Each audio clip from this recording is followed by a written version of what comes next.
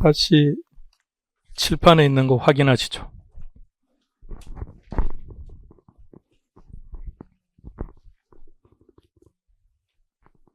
이 관계가 설정되지 않으면 앞선 계산 문제 못 풀겠죠.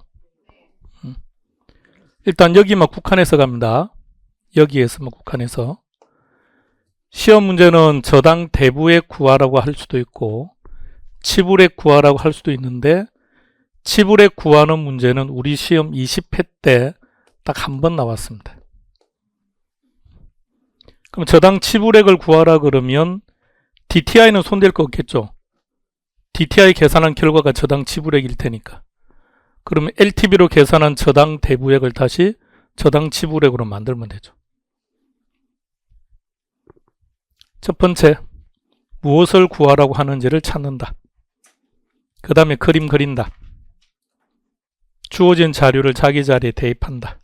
빈칸 채운다. 앞으로 우리가 풀어야 되는 계산 문제 대부분 다 이 방식으로 풀 겁니다. 공식 이런 얘기 하지 마시기 바랍니다. 자, 무엇을 구하라고 한다고요? 저당 대부액 아니면 저당 지불액. 이유는요, LTV를 통해서는 저당 대부액을, DTI를 통해서는 저당 지불액을 구할 수 있는 거니까 결과적으로 이 두 가지 지표는 나머지는 안 되는 거니까 LTV 주어지면 거기에 따라서 이렇게 그림 그리고요. DTI 마찬가지. LTV가 주어지면 무엇은 자료에 있다. 부동산, 가치, 그게 가격이란 얘기입니다. 다음 DTI가 주어지면 무엇은 있다. 연봉. 그래서 각각 뒤에 있는 것들은 분모로 간다. 앞에 있는 것들이 분자로 올라가는데 단 그것이 서로 다르다. 그게 중요합니다. LTV에서 부채는요, 저당 대부액. DTI에서 부채는요, 저당 지불액입니다. 자료 대입하고 빈칸 채우면 그게 답입니다. 자, 이제 세 번째 문제로, 우리 문제 3개 풀었습니까? 이제 4번 문제 할 차례입니까? 4번 문제 갑시다. 시작할까요?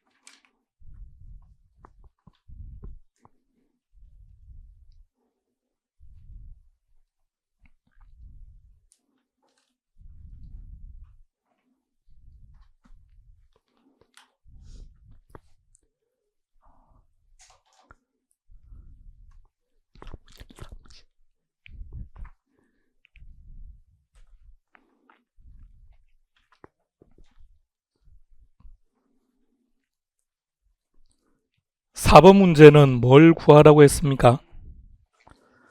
추가, 저당, 대부액. 괜찮죠? 끝날 때쯤 되면 다 알아요. 자, 그림 그립시다. LTV는 50, DTI는 40. LTV가 주어졌다는 말은 문제 어딘가에 무엇은 있다. 부동산 가격은 있다. 찾아오세요. DTI가 주어졌다는 얘기는 문제 어딘가에 연봉은 있다. 찾아오세요. 그리고 우리한테 이거 구하라 합니다. 3억에 50%니까 1억 5천. 1억 5천의 이름이 저당 대부액이니까 계산은 끝. 5천의 40%면 2천. 요 2천만 원의 이름이 저당 지불액. 문제가 지금 저당 대부액을 구하라고 했으니까 계산 여기서 끝내면 안 된다는 얘기죠. 그럼 저당 상수로 나누어야 됩니다. 2억. 그럼 이제 끝난 거죠. 자, 결론은 1억 5천을 선택을 해야죠. 근데 문제가 추가래요. 그러면 기존에 대출이 있다는 뜻입니다. 얼마 빌렸답니까? 5천, 여기서 5천 차감해야 됩니다. 그럼 정답은 1억이 답이 됩니다.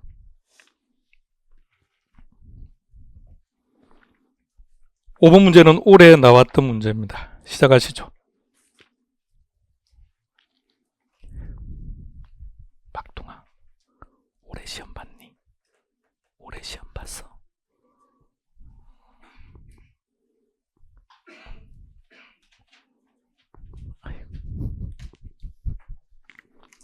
어디서 공부했어?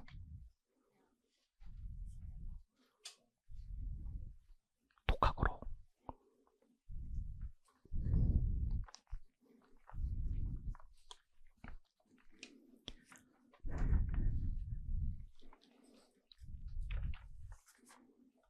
개로는 몇 점?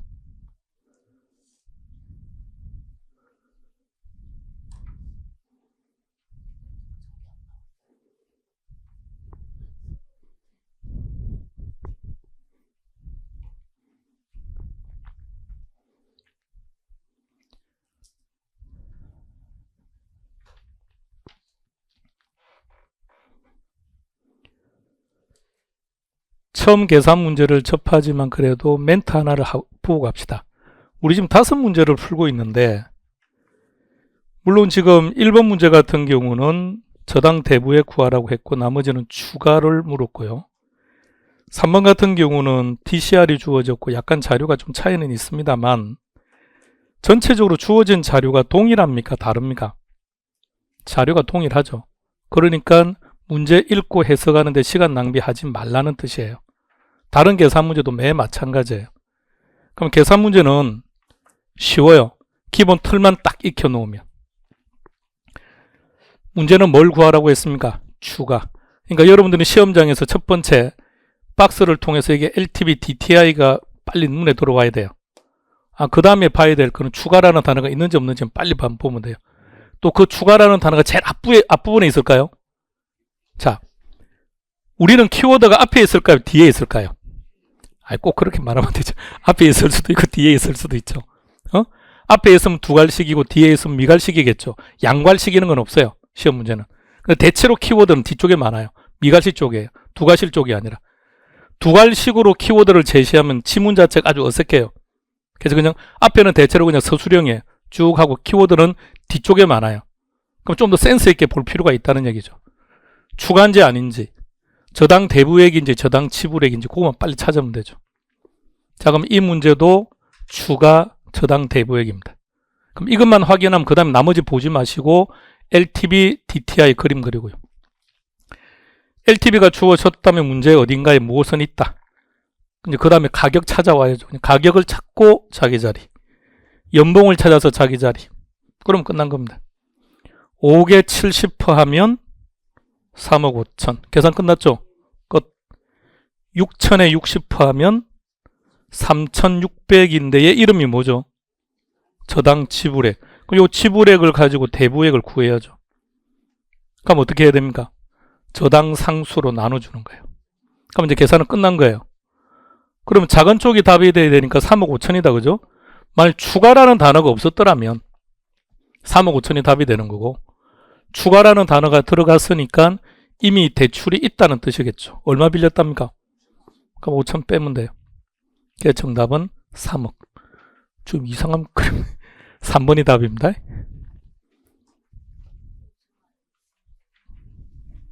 이렇게 하는 겁니다.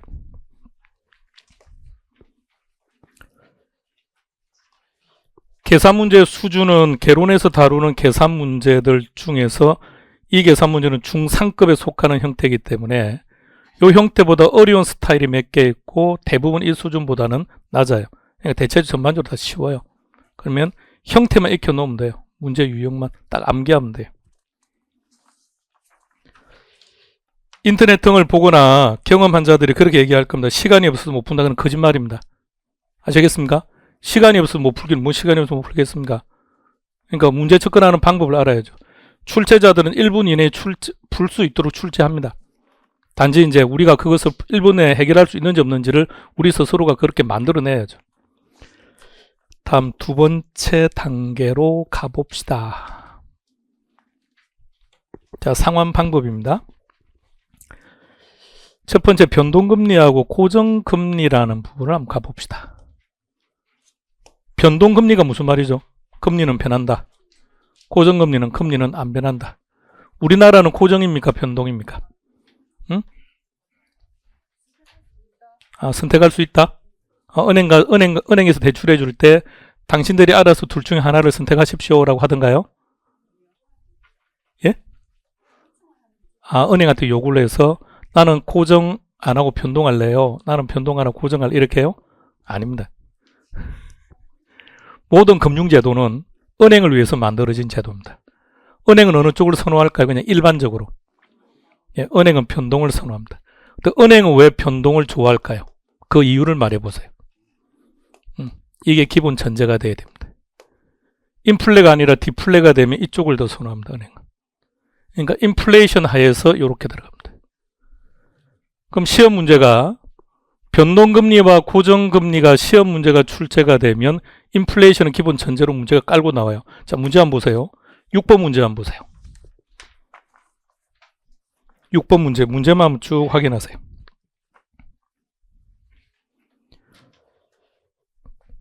확인했습니까? 거기서 보면 이런 말이 나옵니다. 대출이 시행된 이후에 예상보다 인플레이션율이 높습니다 라고 말을 했는데 일단 체크해 놓을게요. 그 한번 쭉 체크해 보죠. 대출이 시행된 이후에 예상보다 인플레이션이 높다고 하자. 거기까지. 그냥 다른 말 필요 없는 인플레가 발생했다는 얘기입니다. 인플레가 발생했다. 자, 그러면 이렇게 따집시다. 시험 문제가 고정금리와 변동금리가 출제가 되었는데 인플레이션인지 디플레이션인지 아무런 전제가 없어요. 문제 속에서. 그러면 둘은 차이가 있다 없다? 차이가 없다. 그럼 문제가 성립하지 않아요. 그럼 고정과 변동을 출제한다는 얘기는 인플레든 디플레든 어느 한 가지 조건을 제시해 줘야 돼요. 그런데 우리 시장은 대체적으로 인플레이션이 일반적이겠죠. 그래서 우리 시험에서는 100% 인플레이션을 전제로 지금까지는 출제되어 왔습니다. 디플레이션 언제든지 놓을 수는 있지만 신경 쓸 필요 없고요. 그러면 고정과 변동이 출제가 되면 기본적인 전제 조건은 뭐라고요? 인플레가 발생하고 있습니다 라는 얘기입니다. 그럼 인플레가 발생하면 돈의 가치는 어떻게 되는 겁니까? 돈의 가치는 떨어지고 있습니다 라는 얘기죠. 그럼 돈의 가치가 떨어지면 은행은 유리합니까? 불리합니까? 인플레가 발생하면 돈을 가진 자는 무조건 불리, 실물 자산을 가진 자는 무조건 유리. 은행은 돈을 빌려줬죠. 이 돈을 받을 거죠. 그럼 인플레가 발생해 돈의 가치가 떨어지는데 은행이 종전과 똑같은 이자율로 돈을 받으면 은행은 유리, 불리? 은행은 불리. 그러니까 은행이 금리를 올린다고요. 얼만큼? 인플레가 발생한 것만큼. 그게 변동. 그럼 고정은 인플레가 발생하든 안 하든 그냥 변할 수가 없다. 자, 이제 편안하게 들어봐요. 시작합니다. 칠판으로 오세요. 우리 교재 110페이지에 나와 있는데 그 읽어봐도 일단 무슨 말인지. 자, 지금부터 그림만 갑니다. 자, 지금부터 10분 동안은 집중하시기 바랍니다. 자, 저거 일단 머릿속에 한번 넣어볼까요? 구태면 암기 안 해도 되는데 책을 읽다 보면 자주 보일 겁니다. 우리 투자론 할 때 요구 수익률 기억납니까? 얘 뭐라고 정의했었죠? 기회비용이고 채소, 이게 실질이자율입니다. 그러니까 은행 측 입장에서 실질이자율이라는 말은 요구 수익률입니다. 편의상 수치를 설정할게요. 우리가 은행에 대출을 받으러 갔더니 은행이 이렇게 말을 해요. 자, 우리 은행에서 이 돈을 당신에게 대출하지 않고 이 돈을 다른 곳에 대출을 하더라도 7%는 받을 수 있대요. 최소한 그러니까 당신도 7%는 부담해야 됩니다. 그리고 빌려달라는 그 기간 동안 3%의 인플레가 예상되기 때문에 10% 달래요. 우리는 은행한테 돈 빌리면서 얼마를 이자를 부담하기로 했습니까? 10%. 자, 그리고 이제 시간이 흘러가는 거예요. 그런데 예상치도 못한 인플레가 발생한 겁니다. 박스 안과 아래쪽 같이 봐요. 같이. 예상치도 못한 인플레가 발생한 겁니다. 그러면 예상치도 못한 이 인플레 위험을 누가 부담하지? 이게 고정과 변동의 차이예요. 그러니까 고정금리와 변동금리의 차이는 뭐라고요? 예상치 못한 인플레 위험을 은행이 부담하느냐, 차입자가 부담하느냐. 그게 아니 단정하면 안 되고 아직 한 게 아니니까 그게 고정과 변동의 차이라는 말입니다. 자, 고정부터 갈게요. 고정금리 단어 그대로 해석하세요. 금리가 고정되어 있다. 그럼 잘 생각해요. 명목이 고정이라는 뜻일까요? 실질이 고정이라는 뜻일까요? 명목이 고정이라는 거예요. 예상치 못한 인플레가 발생하지만 나는 여전히 차입자는 얼마를 부담한다고요? 10%만. 명목이 10%라는 얘기입니다. 자, 뒤에서부터 움직입니다. 예상치 못한 인플레 2, 예상 가능한 인플레 3, 더하기 실질한 게 10%가 돼야 돼요. 그럼 실질은 몇 퍼센트? 5. 은행은 최소한 얼마의 수익은 획득해야 된다고 말한 거죠? 7이죠.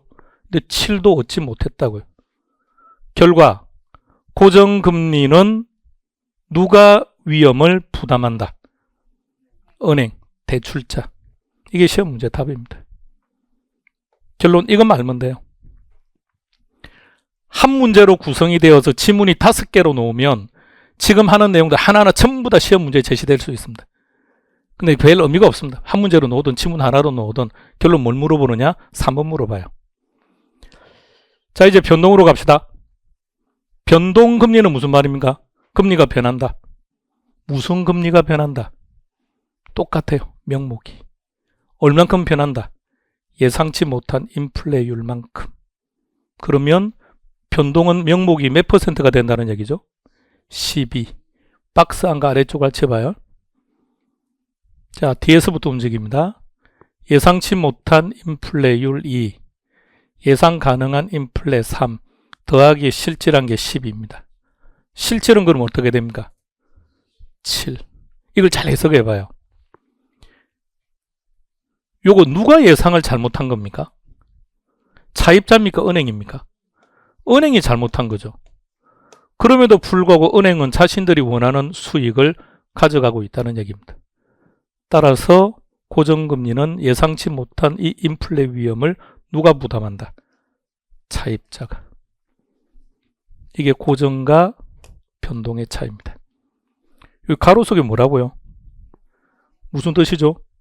자신이 부담할 위험을 타인에게 떠넘겨 버렸다고요.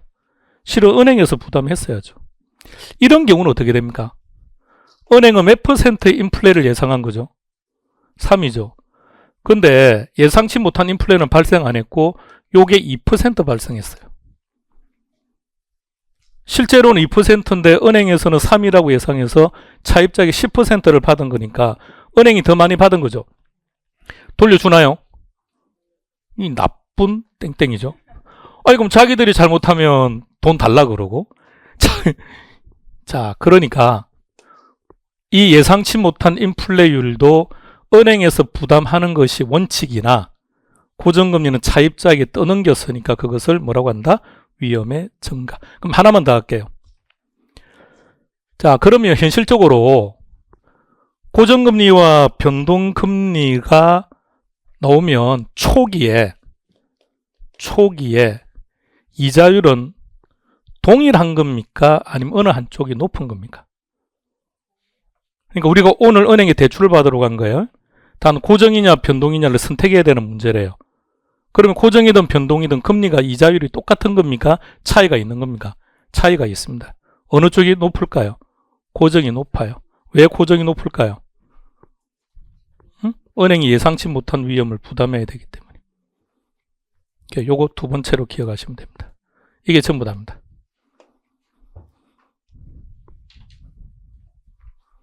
고정금리와 변동금리에서 출제될 수 있는 것은 지금 보이는 게 전부 다인데 우리는 두 가지만 기억합시다. 첫 번째, 누가 위험을 부담한다는 거지? 그거 하나. 그럼 그 결과 모든 금융제도는 은행을 위해서 만들어진 겁니다. 차입자를 위해서 만든 게 아닙니다. 은행을 위해서. 그래서 고정금리는 은행의 위험 부담이 크니까 초기 금리가 높게 나와요. 대출 받을 때 그것도 한번 잘 고려해 보셔야 됩니다. 향후 금리 변화에 따라서 고정이 아니라 변동이 또는 고정이 더 유리할 수도 있고 막 그러니까요. 자, 관련된 문제 하나 보겠습니다. 자료 6번 문제 한번 볼까요?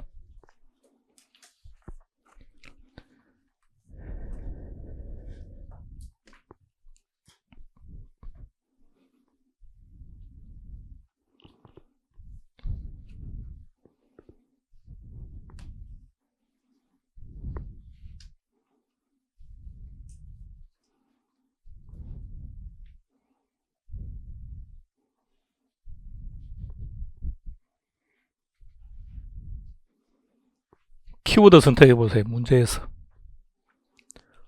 고정금리고 인플레이션 발생했다는 거죠. 그런데 앞으로 우리는 이것도 안 볼 겁니다. 아시겠습니까? 만약 인플레이션을 제시 안 했으면 출제자가 문제 오류니까 모두 다 답이 되는 거니까 우리는 그것도 신경 쓸 필요 없다고요. 그냥 고정인지 변동인지 보는 거예요. 자, 고정금리입니다. 당연히 인플레이션을 기본 전제로 깔고 가니까 고정금리는 누가 유리하다고요? 차입자. 그럼 차입자가 유리한 거 찾아요. 그럼 차입자는 유리할 것이고 그러면 은행은 상대적으로 손해겠죠. 그럼 답은 1번 됩니다. 자, 다음 문제 하나 더 보겠습니다. 평가사 기출입니다. 시작합니다.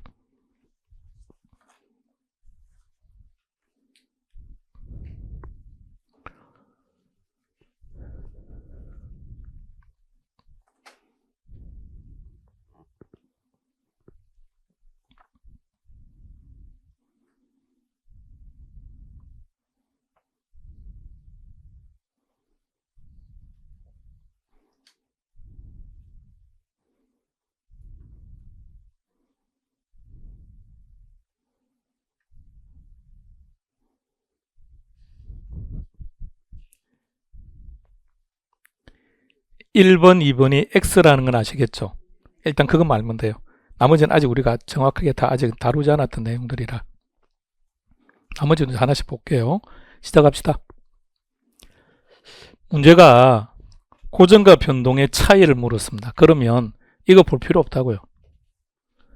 예상치 못한 인플레이션이 발생했다는 저런 건 볼 필요도 없고. 자, 문제는 대출기관 은행 측 입장에서 유리한 형태가 뭐냐고 물었습니다. 은행은 어느 쪽이 유리한 겁니까? 변동. 그래서 그게 X. 2번으로 갑니다. 대출일 기준 시 이자율은 어느 쪽이 높은가요? 고정이 높다, 그죠? 그럼 바뀐 거죠? 자, 3번 지문. 출제 빈도가 아주 높은 표현입니다. 잘 봅시다. 하나씩. 먼저, 요게 무슨 말입니까? 조기 상환.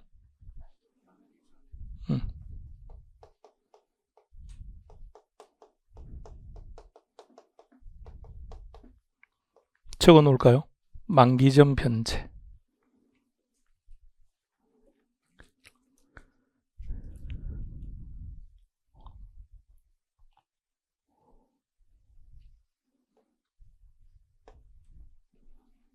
조기 상환은 누가 하는 겁니까? 차입자가 합니까? 구분을 정확하게 하세요. 조기 상환을 한다 안 한다는 것은 차입자가 결정해요.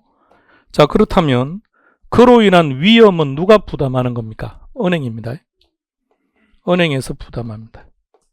지문이 이렇게 연결되어져 있다 보니까 이걸 자꾸 차입자 입장에서 바라보면 다 오류가 발생합니다.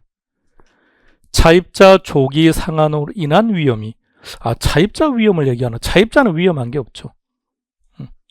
그러니까 차입자는 단 하나, 조기 상환 한다 안 한다에 대한 주체. 그로 인해서 은행이 위험에 빠지는 거예요. 은행이 위험해. 자, 그러면 차입자가 조기 상환을 하는지 안 하는지는 앞에 내용을 가지고 결정해야 돼요. 자, 앞에 내용으로 갑니다. 조건을 잘 봐야 됩니다.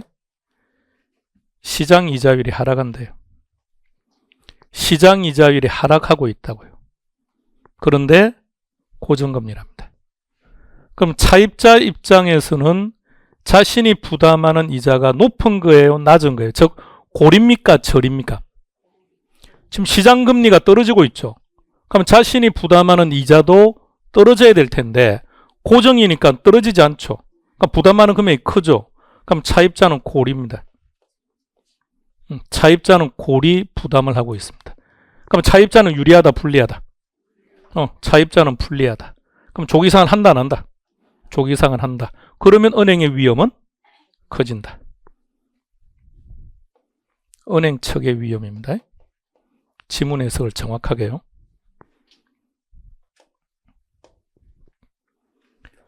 시장 이자율이 하락했는데 고정금리를 적용하고 있다 보니 차입자 입장에서는 고금리를 부담하니까 조기 상환을 할 거라고요. 그럼 은행은 당연히 그 조기 상환 위험이 커진다. 정확합니다. 정답은 3번 됩니다. 동그라미 4번 지문은 이 문제 끝나면 바로 이어서 할 겁니다. 우리가 은행 가서 대출 받으면 우리는 이렇게 합니다. 기준금리 플러스 가상금리. 기준금리 플러스 가상금리.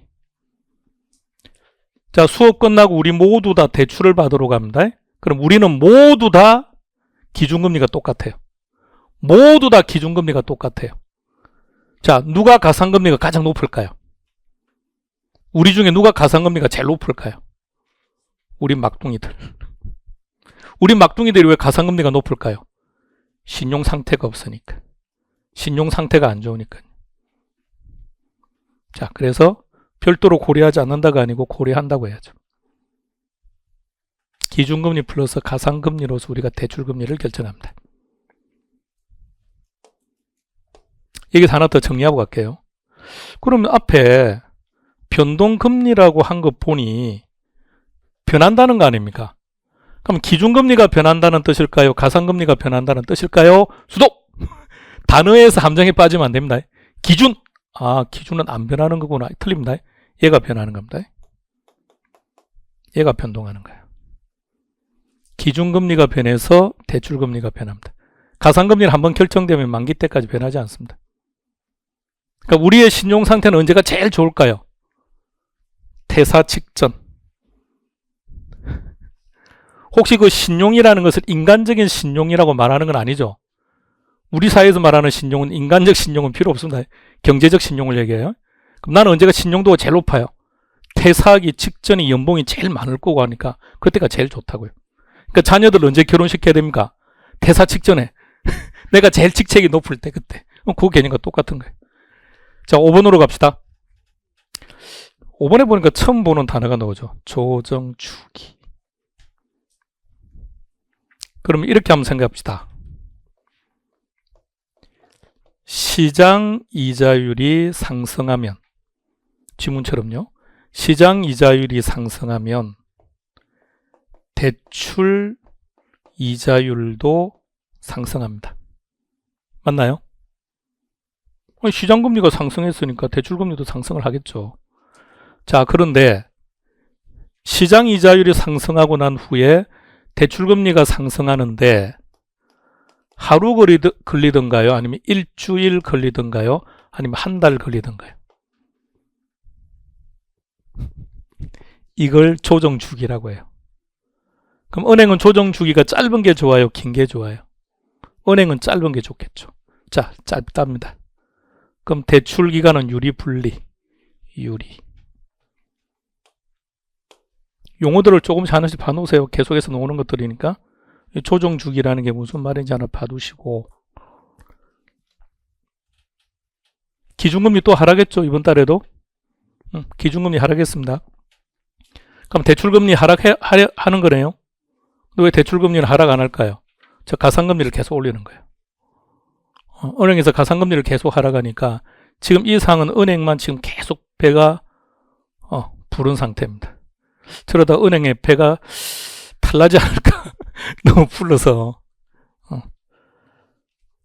그러니까 금융당국에서 대출을 제한하라고 하니 기준금리는 떨어졌습니다. 떨어져서는 이쪽 손댈 수 없고 떨어뜨릴 수밖에 없어요. 한국은행에서 떨어뜨렸으니까. 근데 가상금리를 올려버립니다. 이유 없이 그냥. 올려버리니까 그럼 결과적으로 우리가 부담하는 대출금리는 높으니까 은행은 훨씬 수익이 커지는 거죠. 그러면 은행 관련 주가는 올라가야 되는데 또 안 올라가요. 이게 뭔가 우리 주가는 뭔가 좀 합리성을 안 가지고 있습니다. 자, 답은 3번입니다. 자, 이제 대출금리 이야기 좀 합시다. 갑니다. 연결해서 갑니다. 방금 나왔던 거. 자, 차입자가 은행 가서 대출을 받으려고 한대요.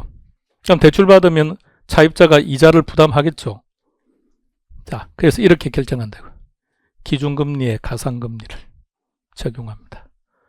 요 기준금리는 누가 결정할까요? 한국은행 금융통화위원회. 시작. 한국은행 금융통화위원회. 요거는 누가 결정할까요? 그냥 시중은행이요. 은행에서 대출 받다 보니까 뭐 우리은행 상품 요거 하나 만들면 뭐 0.1% 뭐 다운시켜주고 막 이렇게 하던가요? 대출 받아본 적 없습니까? 오늘은 대출 받으면 상담하러 갑시다. 지금 다 같이 수업 끝마치고 상담받으러 한번 가봅시다. 그럼 가상금리 적용받을 수 있는 게 많아요. 근데 그 가상금리를 없애버리는 거예요. 우리가 마이너스 적용받을 수 있는 걸 아예 은행이 다 없애버리는 거죠. 우리는 고스란히 걸 전부 다 가상금리로 그냥 부담을 해야 되니까 우리의 대출금리가 지금 높아지고 있는 상태입니다. 읽으세요.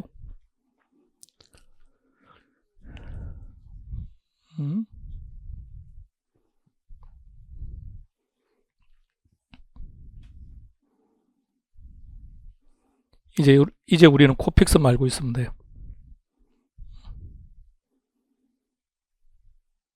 자금 조달 비용 지수라고 말합니다. 그런데 뉴스에서 나오든 신문에서 나오든 코픽스라고 말할 겁니다.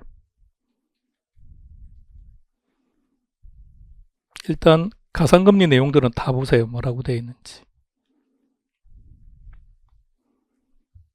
가상금리의 공통점 말해보세요. 가상금리들의 공통점. 은행 측 입장에서 위험 부담이 커졌다. 은행 측 위험 부담이 커졌다. 인플레가 상승했답니다. 또는 상승이 예상된답니다. 그럼 돈의 가치가 떨어지겠네요. 그럼 은행은 위험하니까 그것만큼 금리를 올려버리겠다고요. 그 다음 우대금리를 없애버리는 거예요. 차입자의 취업 상태가 불안정하거나 연체 실적이 많이 발생하면 상환 못할 가능성이 크죠. 그럼 은행 측의 위험 부담이 커지니까. 노란색으로 체크된 것만 추가로 설명드릴게요. 나머지는 그냥 상식적으로 알 수 있는 것들이라서. 일단 우리 머릿속에 들어가야 될 것은 요 내용. 기준금리 플러스 가상금리. 기준금리는 누구나 동일하다. 모든 차입자에게 동일하게 적용된다. 한 번 적용되면 만기 시까지 변하지 않는다. 근데 가상금리는 차입자마다 다르다. 가상금리는 차입자마다 다르다. 동일하다면 얘는 차등입니다. 여기는 변합니다. 우리나라 대출금리가 기준금리 플러스 가상금리를 적용한다고 했는데 그렇다면 이것은 고정금리입니까? 변동금리입니까? 변동금리입니다. 무엇이 변한다고요? 가상금리가 변하는 거 아니라고 했습니다. 무엇이 변한다고요? 잠깐요. 만기시까지 변동합니다. 이 변동의 표현을 잡네요. 만기까지 하여튼 변동하고 이거는 변동 안 하는 겁니다. 그래서 기준금리가 변하는 겁니다. 기준금리가 변해서 변동금리가 되는 겁니다.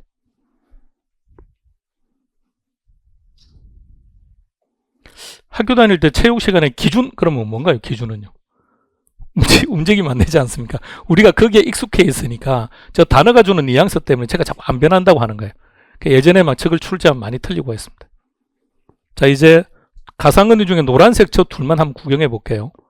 콜금리라든지 지급준비율 많이 뉴스에서 많이 나오는 거니까요. 세 번째 나오네요. 세 번째, 네 번째. 자, 그럼 일단 찍으세요.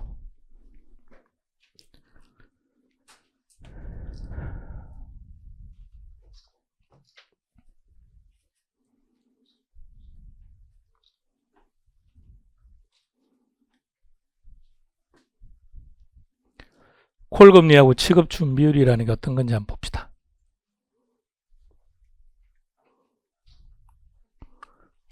얘를 정의해봐요. 콜택시가 뭔가요? 응? 부르면 오는 거. 전화 한 통화로 모든 것을 해결할 수 있는 거예요. 그런 뜻입니다. 콜의 의미가 그런 뜻이에요. 자, 콜센터는 무슨 말입니까? 전화 한 통화로 모든 컴플레인 등등을 해결할 수 있는 그런 겁니다. 똑같은 개념입니다. 그럼 콜금리는 뭘까요? 전화 한 통화로 대출받는 거예요.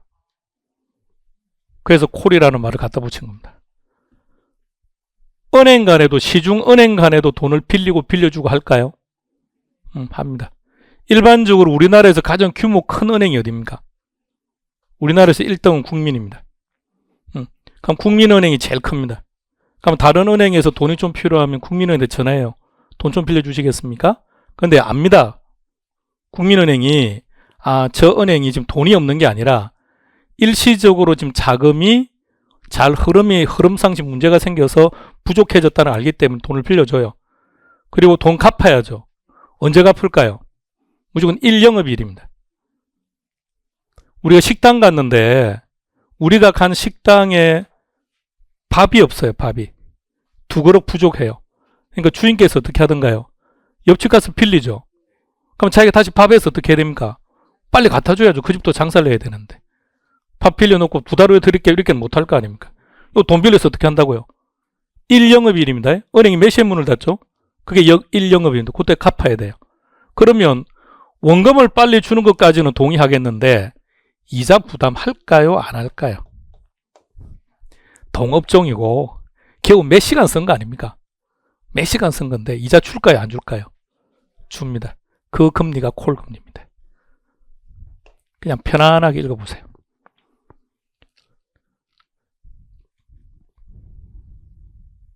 항상 우리가 콜이 들어가면 전부 다 이런 뜻입니다. 전화 한 통으로 모든 걸 해결한다 이런 뜻이에요.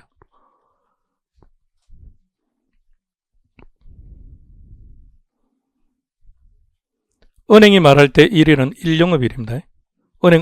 은행 그 문 닫는 데까지, 그때까지 돈 갚아야 됩니다. 그러면 생각해 보세요. 요 A라는 은행이 B라는 은행으로 돈을 빌린 거예요. 대신 이자를 지금 부담한다는 거 아닙니까? 그럼 이자 준 것만큼 이 은행이 대출해 줄 때 이자를 어떻게 할까요? 높여야죠. 자기가 돈 빌릴 때 이자 부담하고 돈을 빌렸으니 빌려줄 때도 같이 높인다고요. 그래서 콜금리가 상승하면 대출금리도 같이 상승합니다. 근데 좀 이상하지 않습니까? 저거끼리 빌리고 빌려줬는데 왜 우리가 부담을 해야 됩니까? 그죠? 기분 나쁘죠? 그럼 은행이 말하는 거죠. 그럼 빌리지 마세요. 이렇게. 어쨌든. 자, 2번째 보세요. 그림을 잘 보세요. 우리가 은행에다가 예금을 해요. 월급도 통장으로 다 들어오죠.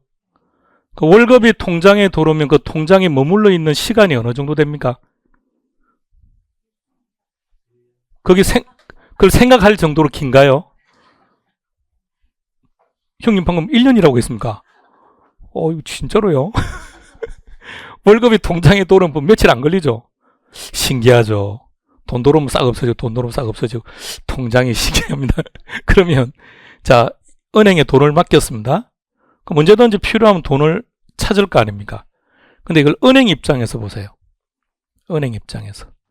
자, 투자자들이 은행에 예금을 하면 은행은 이 돈을 누군가에게 빌려주죠. 그리고 이자가 발생하겠죠. 그 이자의 일부는 다시 투자자들에게 돌려주겠죠. 우리한테. 그래서 은행은 이 예대 금리 차이를 가지고 먹고 사는 거예요. 그러면 은행 입장에서는 투자자들이 맡긴 돈을 100% 다 빌려주는 게 유리합니까? 일부만 빌려주고 일부는 좀 남겨두는 게 은행이 유리합니까? 다 빌려줘야죠. 그래 이자 수익이 클 거 아닙니까? 은행은 다 빌려줍니다. 자, 그런데 돈이 필요합니다. 투자자가. 은행 가서 내 돈 주세요. 그러면 줄 돈이 있다 없다. 그러면 은행은 파산입니다. 그래서 투자자가 내 돈을 지급해 달라고 요구하면 언제든지 즉시에 지급할 수 있는 돈을 준비해 두라고 해요. 그걸 지급준비금, 그 비율을 지급준비율이라고 해요. 그 결정은 한국은행에서 조정합니다. 비율을. 그런데 은행에게 5%만큼의 지급준비율은 꼭 은행이 가지고 있으세요라고 하면 은행은 가지고 있는다, 빌려준다. 빌려준다. 그래서 무조건 한국은행에다가 맡겨놔야 됩니다.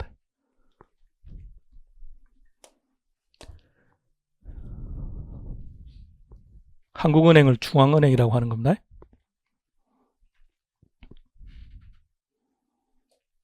원래는 이런 목적으로 만드는 거예요.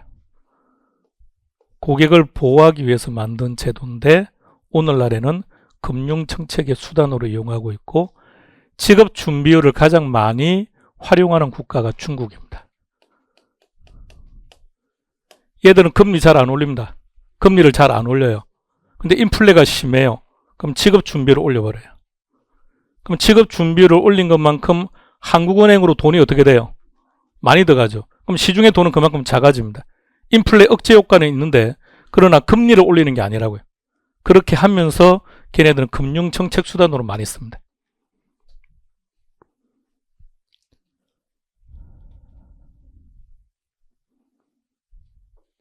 그러면 생각해 보세요. 중앙은행이 지급준비율을 인상하면 시중은행이 한국은행에다가 맡겨둬야 되는 돈의 규모가 커지겠죠? 그러면 은행이 가지고 있는 돈의 규모가 작아집니까? 작아집니까? 그럼 시중에 풀리는 돈의 양이 적어지겠죠. 그렇게 되면 은행이 가지고 있는 돈의 양이 적으니까 돈 좀 빌려달라고 요구하는 자가 나타나면 은행은 이자 많이 달라고 할까요? 적게 달라고 할까요? 많이. 돈이 없으니까 상대적으로. 그래서 지급 준비율이 인상되면 대출금리도 같이 올라갑니다.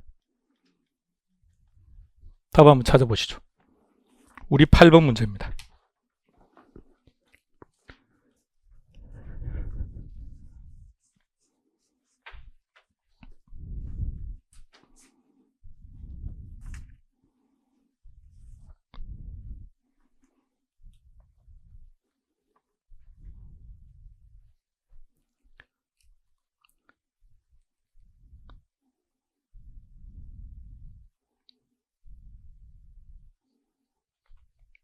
금리 인상 요인 아닌 거 찾으랍니다.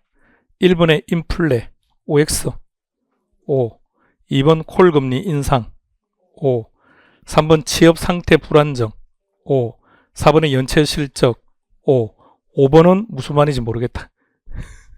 그죠? 5번은 뭔 말인지 근데 5번은 생각해보세요. 그냥 편안하게.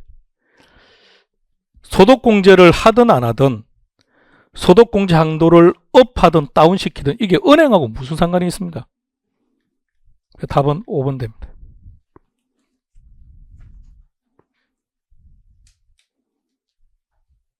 우리 대출금리 어떻게 결정한다고요? 우리나라 대출금리 어떻게 결정한다고요? 기준금리에 가상금리. 가상금리는 어떤 게 있다고요? 요 정도. 요 정도만 보면 돼요. 자, 있는 것만 말해보세요. 어떨 때 대출금리가 인상된다. 즉 가상금리가 인상되어서 대출금리가 인상되는 형태는 어떤 경우다? 인플레가 발생하는 경우, 콜금리, 그리고 차입자의 신용상태가 안 좋아질 때, 그리고 뭐 이 둘 다 차입자의 신용상태가 안 좋아지는 그런 경우죠. 요 정도만 기억해 놓으면 돼요.